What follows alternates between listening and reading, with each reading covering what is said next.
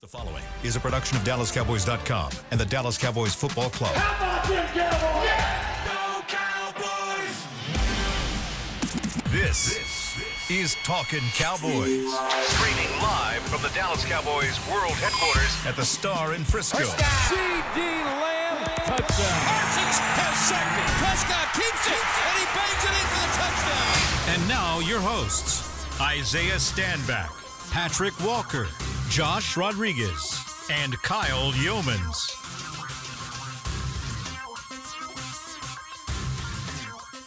It's a Talkin Tuesday edition of Talkin Cowboys presented by Black Rifle Coffee Company, live from the Star in Frisco, Texas in the SWBC studios. Welcome in, everybody. We've got Patrik Walker, Josh Rodriguez, Chris Beam in the back. I'm Kyle Youmans. Glad you are with us. It is a Talkin Tuesday. Get on the phone right now. 888-855-2297. Get on the phone line, and we're going to talk. Call us now. What? 888-TLK-CBYS. I thought you were going to say or else, and I was like, I don't know if we have any Call power in. to do that. Call me now. Give us a call, 888-855-2297. My question for the fans today, our question as a panel, is what would be your fix-it button? If you could click one thing, one button, and it solves one thing for this Cowboys, what would be the most significant? Click the button. And this could go a number of ways. Oh, I know where it's going. But I'm okay with it. I'm okay with it. It's not us talking about it. You guys talk about it. On the field, Say right? it with your chest. No, anywhere. Anywhere? Yeah. All right. Yeah, go for it. Click it. Let Fix the it fans button. do what they do. I'm okay with it. up. Let's talk to. We're talking to Cowboys Nation today. That's what We we're are. doing. This is true. It's right. Talkin Tuesday. I forgot. Yeah, dude. It's basically say it with your chest Friday, but on a Tuesday and in a different name. So we're saying say it it with our your chest. fan, right? Say it with your fans. Say it with your I don't fans. Trying to make it a thing. I have no idea. Yeah. Jerry Jones just said it with his chest on 105.3 The Fan, the flagship station of Dallas Cowboys football. And it was this was an encore, Patrik, after the fireworks that we saw last Tuesday. I think, along with a lot of the nation, was very interested to see what Sean, I was going to say Sean and RJ. RJ was out today. What Jerry Jones said on the Fan this morning. What did you take away? I mean, apparently they're besties again. Okay. That's just the media, though, right? Yeah, that's just how it goes. I mean, part of it. Jerry's had his spats with plenty of individuals in the media. I mean, you can ask our good friend Jane Slater; she'll tell you. And then once that passes, that storm passes, it's back to high fives and handshakes, and that's what it sounded like it was between him and the Fan this morning. And now we turn the page back to football. Thank God, because that's kind of why I'm here. If I need drama, I'll go back home to Georgia. Yeah, but that being said, the biggest takeaway for me is the updates that we got on Micah Parsons and Deron Bland, which kind of leads us right into news and notes. So today being Tuesday, we're having this conversation. I said on yesterday we won't know any real traction on their updates until Wednesday when we see if they hit the practice field, what work they do. Did talk to Micah Parsons yesterday in the locker room. Micah said that his status for Sunday against the 49ers is still, quote-unquote, up in the air. He's rightfully leaving it to Britt Brown Jamar to make that decision. But he also said, interestingly enough, he said that he was asked, is there anything physically that he can't do? And he said, no, there's nothing physically he can't do. So that's a great sign. He's making progress coming out of the bye week. But Jerry Jones told the Fan this morning that he, being Micah Parsons, and Deron Bland are probably game time decisions. They want to see what both of those players look like from Wednesday through Saturday. So that's where we are on both of those guys. It would be just massive if either one of those guys can take the field against the 49ers. And if both can, then that much bigger of a deal. It would be huge if both were available. However, if you only if you did could the only handshake too. However, all right. if you could only pick one, Patrik Walker, who would it be? It's going to be the pass rusher. If I could only pick one, it's got to be the pass rusher because, I build my defense from front to back, and the more pressure you can get up front, the easier it is to cover guys. So you've already seen what this defense looks like without the second or without the defensive back and with the pass rusher. I have, but the defensive end position is in more dire straits than the cornerback position. That's a good point. So when you look at it from that capacity, I agree with you. I'm just trying to play devil's advocate. I know you're being because we haven't seen it, but it also they've shown they can win the games without Micah Parsons. They've won a game without Micah. Yeah. Period. That's part of it. But I still would rather have him back. 100%. When he's a top 3 defender in football 100%. right now, which it'd be like if you're the Pittsburgh Steelers and you say, okay, well, if T.J. Watt was injured and Highsmith was not, you say, okay, we got Highsmith and we got Hayward, we can go and win this game. Right. But then look Tomlin in the face and say, would you still prefer to have T.J.? The answer is always going to be yes. Would you rather have T.J. Watt or I'm trying to think of their top What's a corner. comparable? Yeah, so it's. I guess Minkah Fitzpatrick is an all-pro they have in their secondary. Yeah, that's true. facts. So, But it always, for me, it always goes to number one, build it from front to back, pass rush and QB pressure, and stopping the run. That helps you be able to cover better, shortens windows, makes it easier. But then when again you add the aspect of assuming, let's say Kalen Carson is ready to come back. Okay, well if Kalen Carson is ready to come back and you have AO still out there, then talent-wise, as far as depth is concerned, you're not as pressed as you are without having Micah or Tank or Sam Williams or Marshawn Neal, and you're fielding. No knock to those guys because they showed up in Pittsburgh, but there's a good drop in talent from a Micah Parsons to a Chauncey Golston, from a Micah Parsons to a Tyrus Wheat, and even from a Micah Parsons to a Carl Lawson, a veteran guy. So if I had to pick one, I want both. Both of them? Both of them. BOFFUM. Both of them. But would you I'd choose take Micah in that regard too? I would choose Micah 100%. You need, like I've talked about even yesterday, there is no threat on the defensive line. There's nobody that you're necessarily scared of. There's nobody that they're scheming against. You can go one-on-one against anybody on our defense and feel okay about it. As far as having Deron Bland in the game, that would be great. However, they're dealing with some wide receiver depth issues as well. I mean, obviously, Brandon Ayuk is out for the season, but Deebo Samuel is not looking great as far as health-wise. Great player, obviously. So I think you have enough there at cornerback to suffice through this next game, but you definitely want Micah out there, in my opinion. I put it in high five last week. I said top 5 guys who have been missed the most. Number 1, Micah Parsons. Oh, so you really were playing devil's advocate? Oh no, I completely agree with you. You said it yesterday too. That's host Kyle. There you go. That's what that is. See, here's the thing. There's a lot of people. Let me pull back the media curtain here for a little bit. There's a lot of people. I've met them at training camp. They're like, dude, like you ask like these questions that are like, it really seems like you're one way or the other and you're wishy-washy. No, my ground that I stand on does not move. Right. I just like asking provoking questions to my analysts to challenge you and challenge you That's and how it challenge should Isaiah be. because it's better radio.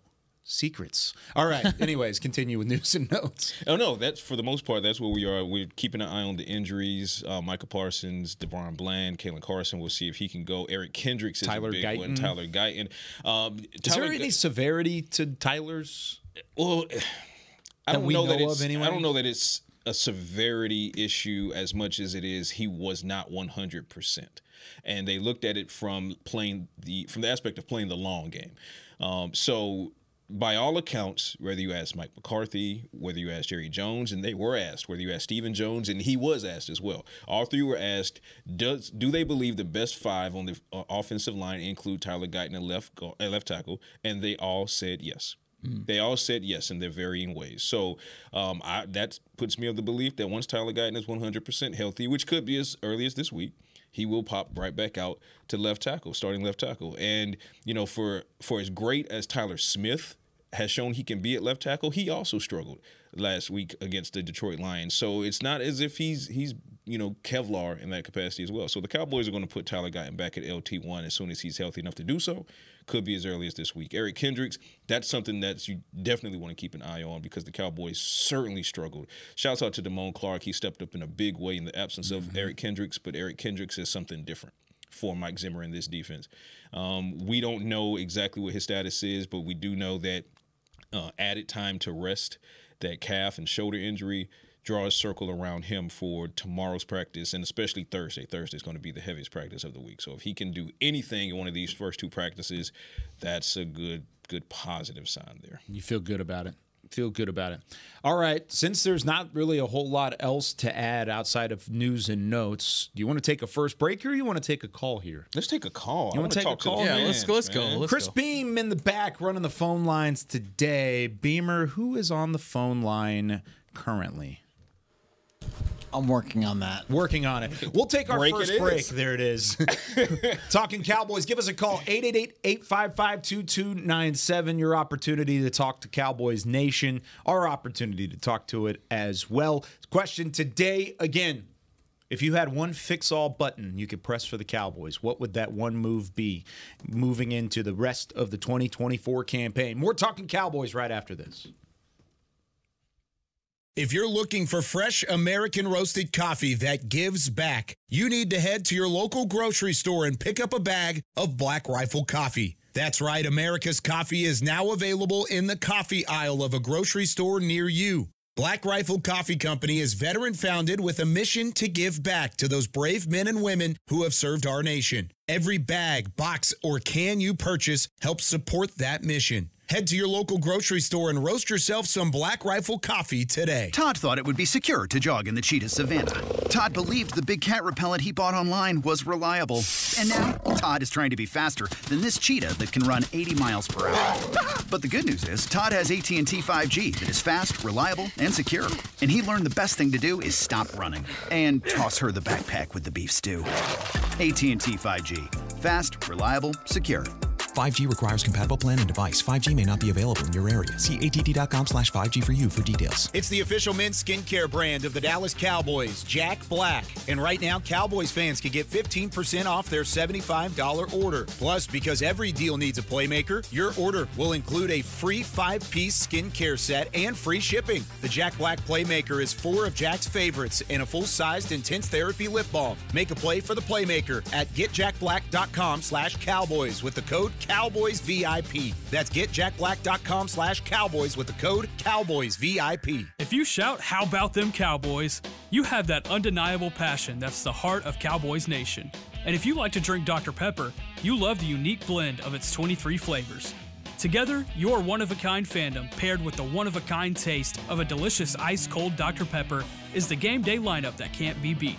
Better yet, gather your Cowboys and Dr. Pepper fan friends to watch the next game and crack open a delicious ice-cold Dr. Pepper for everyone. The wins will be even tastier. It's a pepper thing.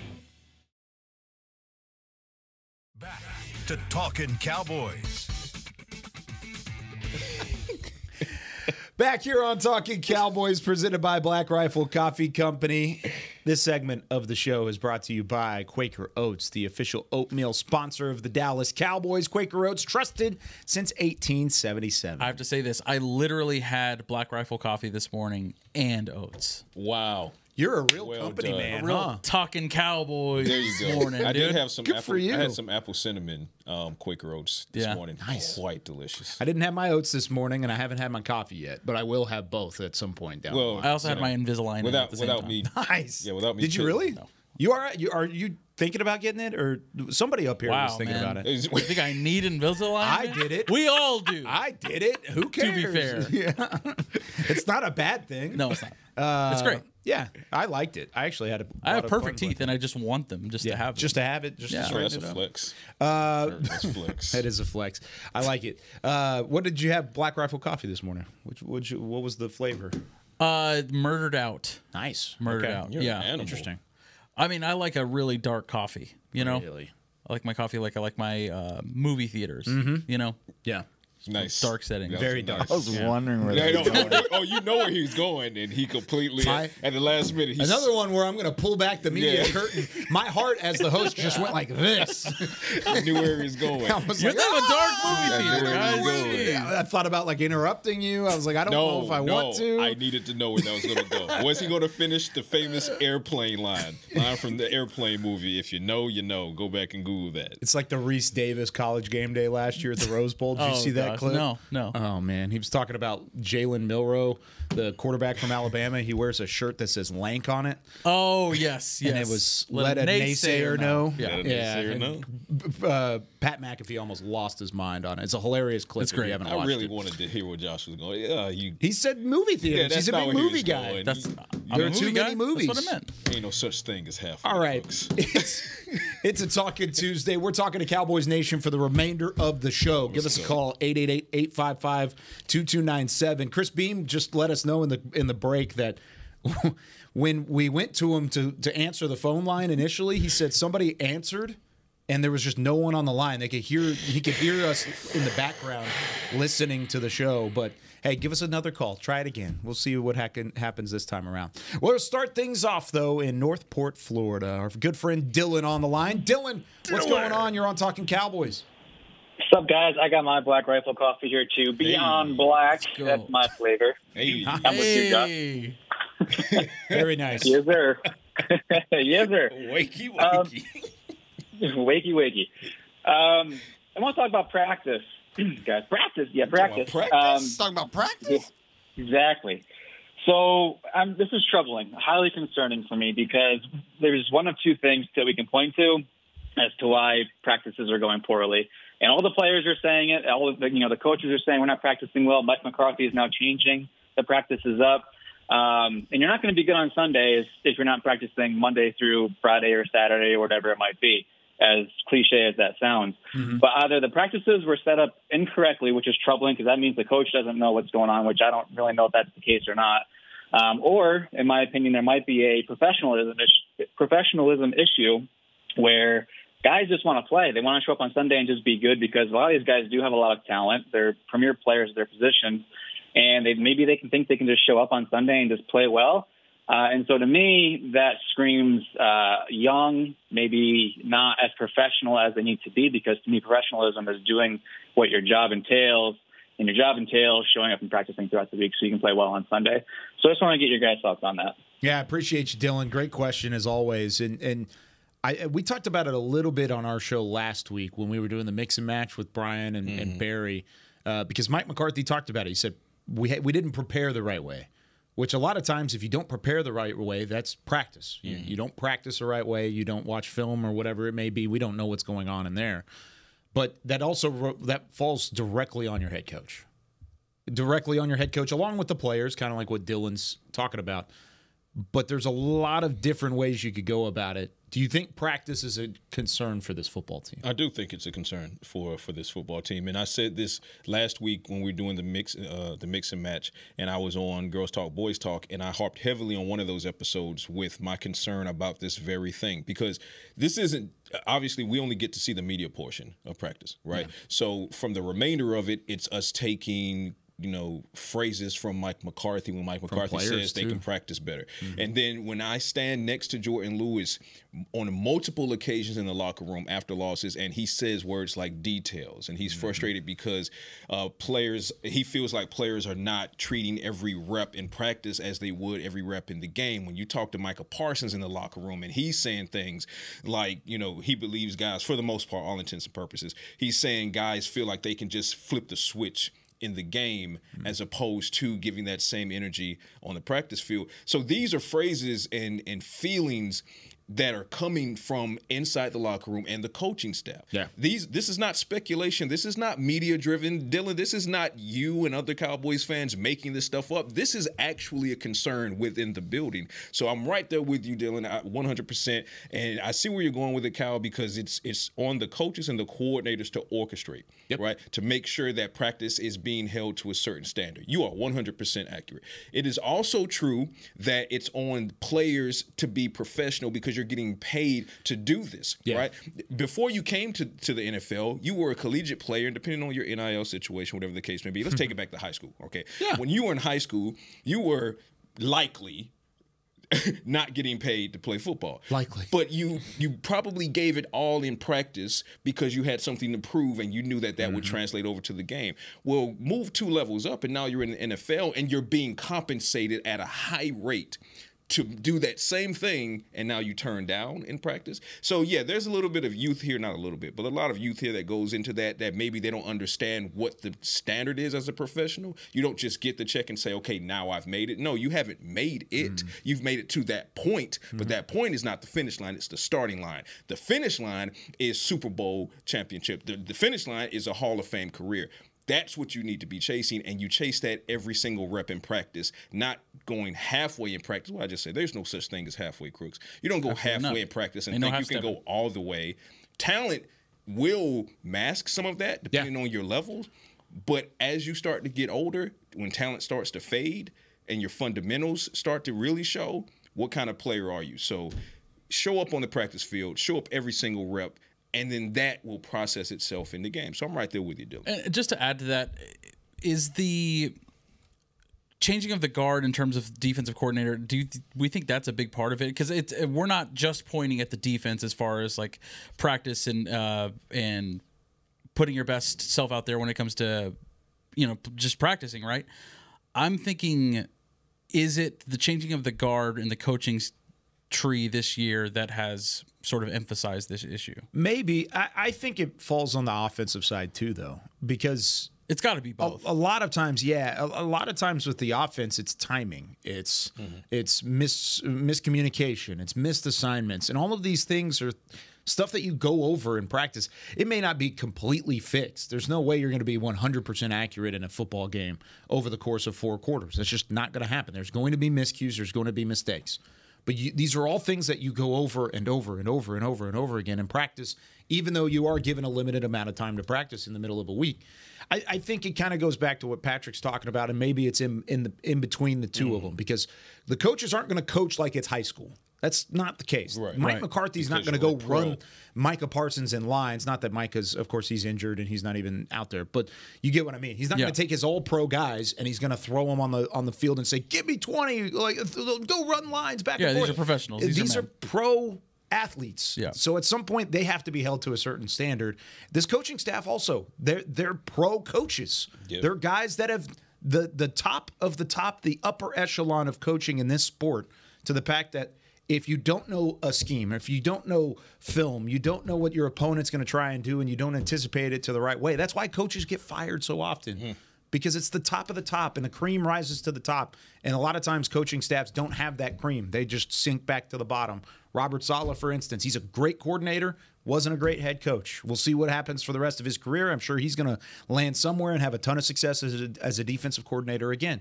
However, in New York at that time, he didn't do a great job of setting his football team up for success. So I think it is. I think it's somewhere in the middle. If practice is your all-encompassing problem, it's going to be between your coaching staff and your players. And especially when you hear Mike Zimmer say things like fundamentals. And we're entering week 8, and your defensive coordinator is talking about fundamentals. That fundamentals don't get learned in games. No. They get learned and refined in practice. Yeah. And these are professionals. So and that means you're behind, too. And that means you're behind. We're 2 months into this thing. 2 months into this thing. To the regular season. And your coordinator is talking about you need to get back to fundamentals. And I think it speaks to the coaching staff, too, where it's like they evaluated it over the bye week, and they're like, okay, now here's where we can make changes. They finally had a chance to reflect on it. And be like, okay, well, see, that's the good. That's going to be big about this week. Right. That's the good news. The good news about this, I should say the silver lining here is this is fixable. We are talking about practice, Mr. Iverson. This part is fixable. We can talk about, well, is the roster strong enough? Good argument. We could debate that.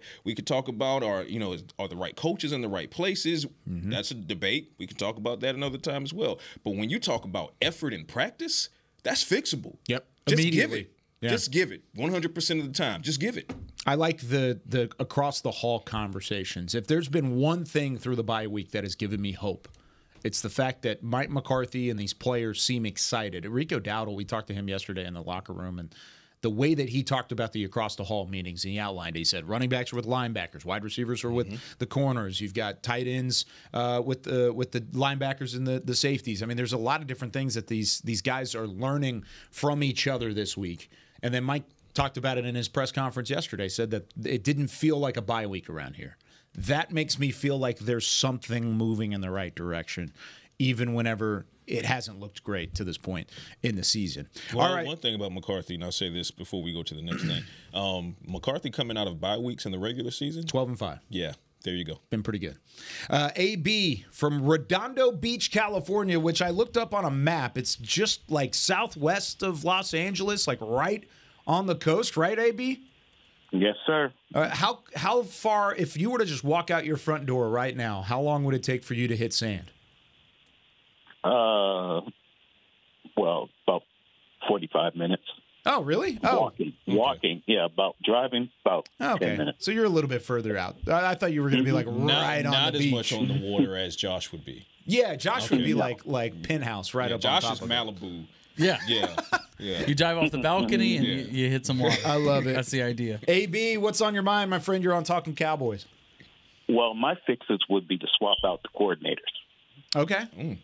And how would you make that adjustment now? Well, I mean, unfortunately, you can't do much, but I would do Al Harris and I would do Schottenheimer. You know, I know people talk. McCarthy. You know, even in Green Bay, the reason why he left he got fired from Green Bay was because his offense got stagnant and stale. And it's the same thing now. And, we talk about last year how they had the number one scoring offense, but, Deron Bland, if you think about it, he accounted for 2 points a game if you, his 6 touchdowns, if you average it over to 17 games. He accounted for 2 points a game.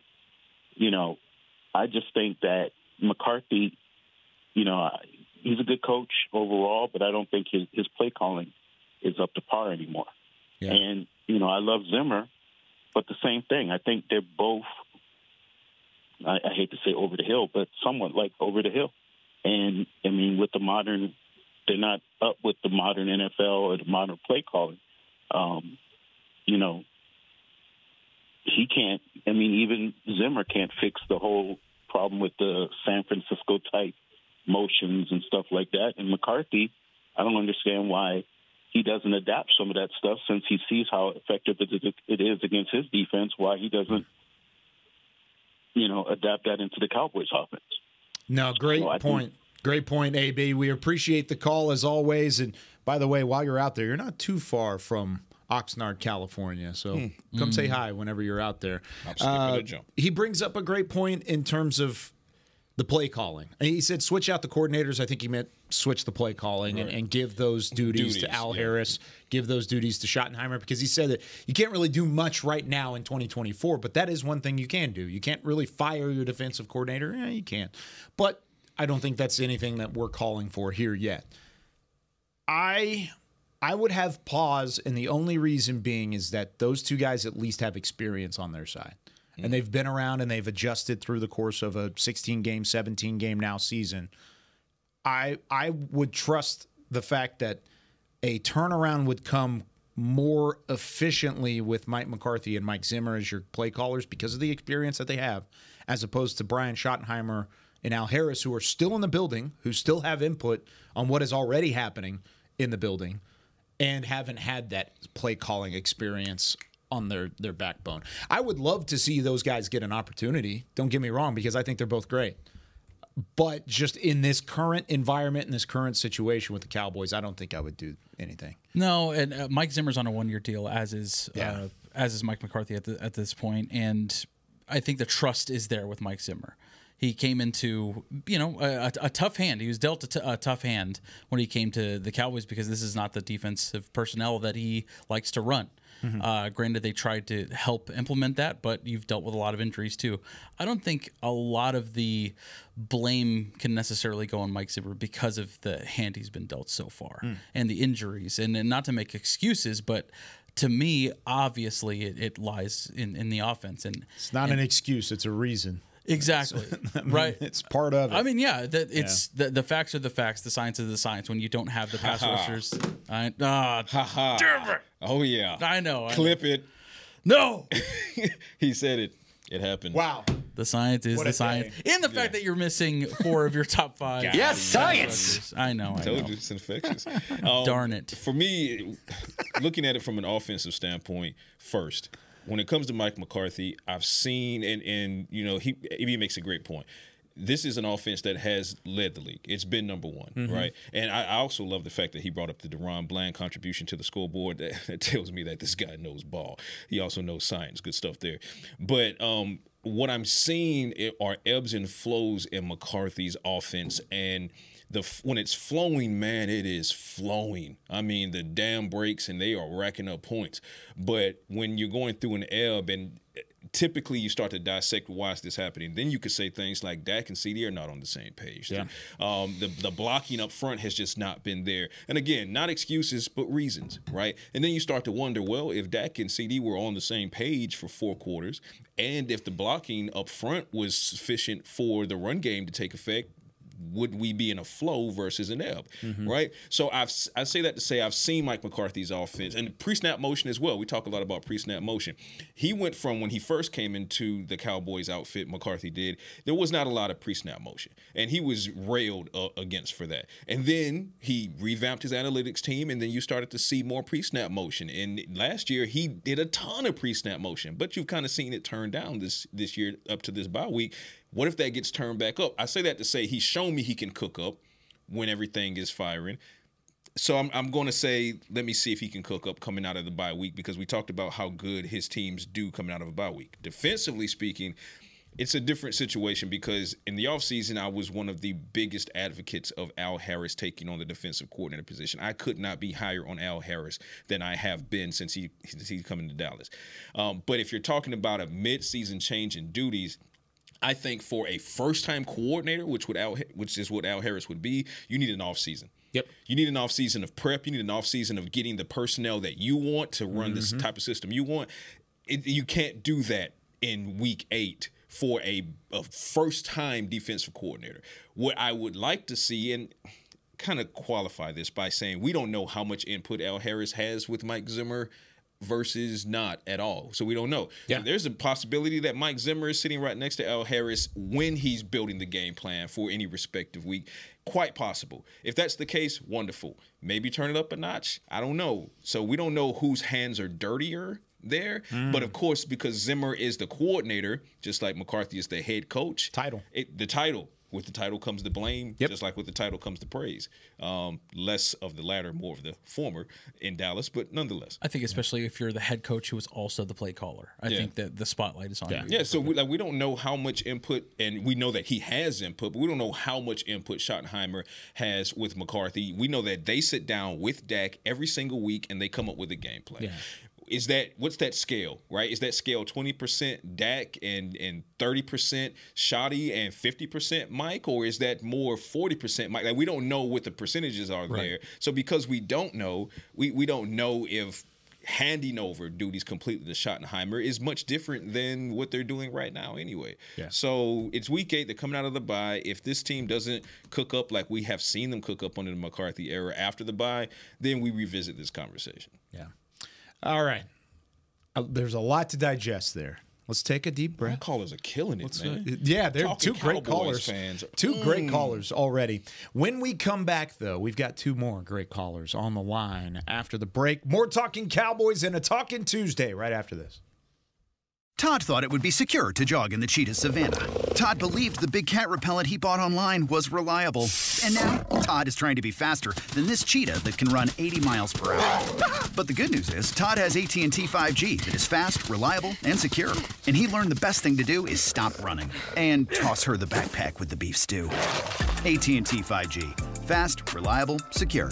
5G requires compatible plan and device. 5G may not be available in your area. See att.com/5G for you for details. They say champions are remembered, but legends are never forgotten. United Ag and Turf offers a winning lineup of John Deere equipment built to tackle any challenge on and off the field. Legendary John Deere tractors, combines, residential mowers, commercial mowers, compact construction equipment, Gator utility vehicles, and a full line of golf and sports turf equipment. United Ag and Turf, the official Ag and Turf equipment supplier of the Dallas Cowboys. Visit UnitedAgAndTurf.com to find a location near you.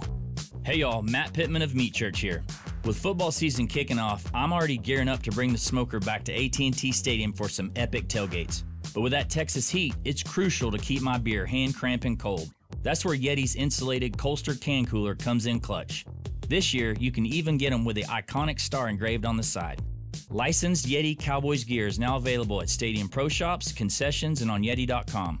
Check it out today. Yeti, official cooler and drinkware of the Dallas Cowboys. And we're going to overtime. Erica, how much have I spent on concessions? For questions about their money, Dallas Cowboys fans can turn to Erica, the virtual financial assistant in the Bank of America mobile banking app. Learn more at bankofamerica.com/Erica by your side. Bank of America, official bank of the Dallas Cowboys. Erica responses may vary. Digital tools featured require downloading the mobile banking app and may only be available on select mobile devices. Erica is a mobile feature only available in the English language. Your chat may be recorded and monitored for quality assurance. Message and data rates and additional terms may apply. Bank of America, N.A., member FDIC. Back to Talkin' Cowboys.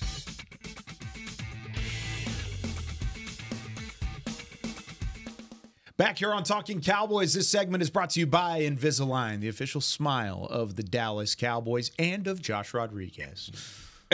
Right? Yeah, officially. Perfect teeth, baby. Wow. Yeah. Back here with Josh, with Patrik No-C Walker, Chris Beam in the back. Isaiah will be back tomorrow. He is currently on Kyle Brandt's Angry Run segment. It's kind of distracting. I'm not going to lie. As we speak, he's on Good Morning Football. Yeah. But don't watch that. Watch Talking Cowboys. Yeah, watch and Talking Cowboys and then go back. Yeah, you can go back and watch it. YouTube They're on for 4 hours. They're fine. They can take an hour and give it to us. All right, we've got some callers on the line. More Talkin Tuesday continuing on. 888-855-2297. Let's go out to Phoenix, Arizona, where Alan is on the line. Arizona. Alan, what's going on? How's it going, guys? Doing great. Doing great. Excellent. What's your fix it all button for the Dallas Cowboys? One move that could fix the 2024 season. In all honesty, it all starts with Dak and CD, I feel like, because if they get going, the defense has to start respecting CD a lot more. I mean, not that they don't already, but if they start cooking, then the running game opens up, and all the other receiver 2, receiver 3 start opening up. And, I just feel like if they start cooking, everything starts cooking, Defense, I believe in Mike Zimmer, honestly. Yeah. And, these injuries, they don't help at all. But, just the card you're dealt with, It is the cards you're dealt with. Alan, appreciate the call as always. And that brings up 2 good points. One, there still needs to be the belief in Mike Zimmer. We were talking about it on this show previously. Zimmer, he's still Zimmer. He didn't change. He just hasn't had a ton of success right now, whether that's because of the injuries, because of the personnel, because of the system, whatever it may be. There just hasn't been a ton of success. But flipping to the offense, it does start with Dak and CD. Always. Yes. It's where the paychecks begin. Yes. That's where the salary cap begins. Mm-hmm. That's where the conversation begins, and that's where the leadership begins. That's where a lot of it happens. That's why they sit next to each other in the locker room, right there in the center, because those are the 2 guys that you have to set the tone with, and neither one of those guys. Maybe Dak. Dak has played good football. I would be willing to say Dak has played good football outside of the turnovers. The turnovers are concerning. But you can't say outside of the turnovers. Exactly. That's all encompassing. Correct. So both guys got to be better. Correct. And we talked about it yesterday with biology, right? What was my answer to the question? Who do I need to see more from? It's CD Lamb. Yep. And it's because for me, CD Lamb is him. And when you're a top 2 receiver in the league, it's the onus is going to be on you to make sure that you figure out, and this goes to the coordinator as well. This goes to McCarthy as well. And I asked Brian Schottenheimer about it specifically, like what's the plan coming out of the bye week as far as getting CD to defeat some of those coverages that the coverage looks that he's seen earlier in the season now than he ever did in his career. Cloud coverages and safety shading toward him and things like that. And there just has to be a better plan going forward so that CD Lamb isn't being deleted in the second half of games or the first half of games to then reappear in the second half of games. We need 4 full quarters of CeeDee Lamb being shoved down the throats of an opposing defense. And once that starts happening, you will start to see, you will start to see Dak Prescott's proficiency improve, because you will also see wide receiver 2 and wide receiver 3 and Jake Ferguson take a step forward. And as that passing game goes forward, then you start to see, guess what? Assuming the blocking is there, the running game starts to take off because teams can't stack the box. They got to play back and they got to play off. So for me, it will all go as CeeDee Lamb goes because we've seen this movie before on this offense. They couldn't get the run game going last year. Who did they get going? CeeDee Lamb, and the rest was the rest. I think we need, remember those old Walkmans where it's like they just started coming out with like sport versions where you could like run with them and stuff? You said Walkman. We need one of those because we need to have our CDs stop skipping. You know what I'm saying? Oh, wow. No more bumps in the road to skip our CDs, protection. man. The skip protection. Yeah, exactly. Skip protection for CeeDee Lamb. Before then, you have it in your pocket. You can't even take a step. Exactly. And then it jitters, and then skipping songs and everything. I don't remember my iPod doing that back in the day. Okay, youngster. Yes, exactly. Take it easy. Take it easy. I never had a Walkman. No? I don't even. If you put it on a table, I don't know if I could tell you what it is. I had to use my mom's. Like for real. I'm not even lying. Did you? Yes, I had to use my. It was yellow. I had like cassette tapes in the car with my dad. He had a Ford Taurus back in the day, little silver Bullet. No CDs. No, the CDs were there, but I'm saying earliest I can remember was the cassette tapes. That were in there, but I never had like a Walkman. Oh man. Okay, I'll have to show you one. I'll have to go dig in an attic for one. Is a Walkman with a CD in it? They had. I thought tapes it was. They had cassettes and CDs. I may have had like a portable CD player. Is that a Walkman? Yeah. Okay. I mean, okay. That's a brand. I just never called now, if you had a cassette Walkman that also had a rewind button, baller status. Everybody knows that because most of them only had the fast forward button, so you had to fast forward. You had to flip the tape over, fast forward as a rewind, then flip it back over, press play. Now I'm not there yet, and you had to keep doing that. rolling. But if you had one that had a rewind button as well, then you were probably Josh Rodriguez. You're balling. You're balling. Man. He had one implanted in his Batmobile car that he was driving in. Exactly that. All right, let's go to Bob in Rio Grande Valley. You are our final caller today. Bob, what's going on? In there, but I never had like a Walkman. Oh man. Oh, we heard us there. Ourselves. We appreciate you listening, but remember to turn down your radio. Bob. So, Bob, are you there? Yes, sir. How y'all doing this morning? We are great. How are you? Bob. I'm good. Did anybody watch the game last night? Watched quite a bit of it, actually. Why do you ask? Well, did you notice what I noticed? What's that? And was it. Was that number 22? Baltimore got away from the running game in the first half, and look what happened. They were down big time. Mm-hmm. All of a sudden, King Henry starts getting the ball second half, and boom, they just exploded. He exploded. Now, that ought to tell you something about the importance of the running game, which I'm sure it does. Yeah. But also what it told me was I have every right to be sick at my stomach because we could have had King Henry, except Jerry didn't take the damn phone call and return and try to get him. My God, we got a general manager this dumb. And with that, I'll get off and listen to anybody else. And, oh, by the way, I agree with that caller before the last one when he said that Mike McCarthy's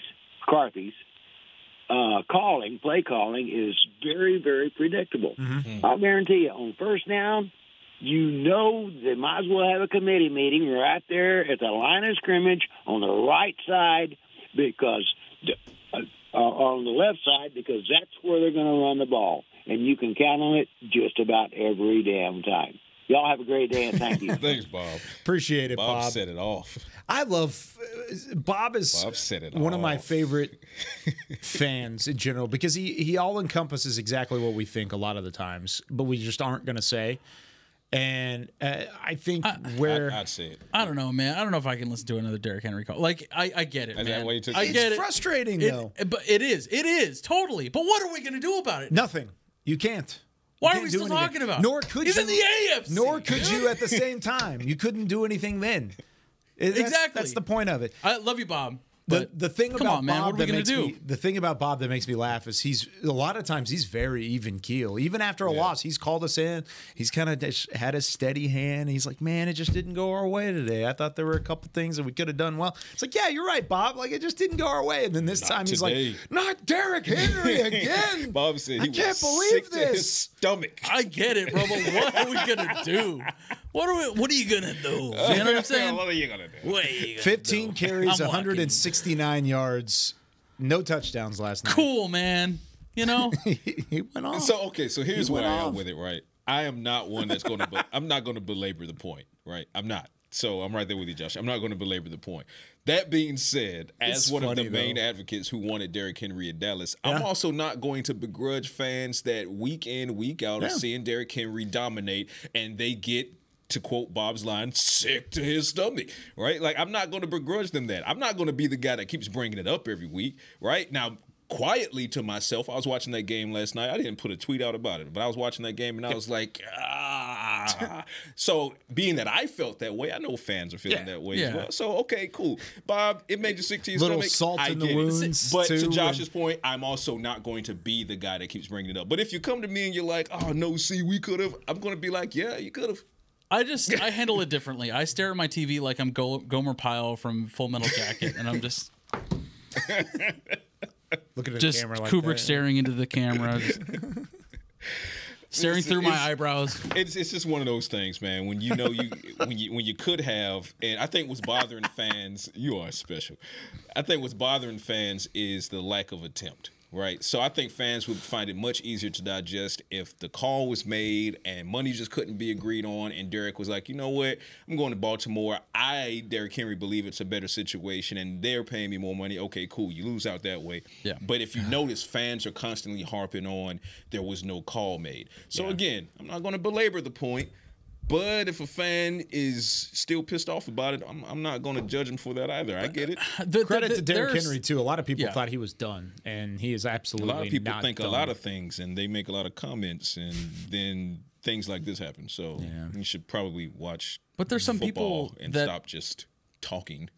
There's some people that literally just schedule the tweet every Monday. It's like, did you see what Derrick Henry did with no stats? You know what I mean? You could do that every week and be like, all right, man. All right. So you're I over am not it. going to begrudge him. Hey, if you're mad about it, let's just move on. He's there. He's happy. They'll move on. Guys, we have Dalvin Cook. Why are we upset? I know. Exactly. They went out and got Dalvin Cook. And he's former All-Pro. Is Dalvin racking up 170 in practices? No, he's not. Because he's not touched the game field yet. No, he hasn't. All right, that does it for us here on Talking Cowboys. Some great callers today, by the way. Great calls. Gives us some great conversation. Tomorrow, we turn the page officially from the bye week into San Francisco and the 49ers on Sunday Night Football. Tomorrow, we preview the Dallas defense up against this Brock Purdy-led San Francisco offense, and who is going to be outside of Brock Purdy on that offense? They are banged up. And Purdy is struggling, too. They are banged up. It ain't looking Purdy. No. Boom! That's it. Patrik Walker, Josh Rodriguez, Chris Beam in the back. I'm Kyle Youmans. We'll be back tomorrow previewing the Dallas defensive matchup against San Francisco. We'll see you there. This has been a production of DallasCowboys.com and the Dallas Cowboys Football Club. How about this, Cowboys?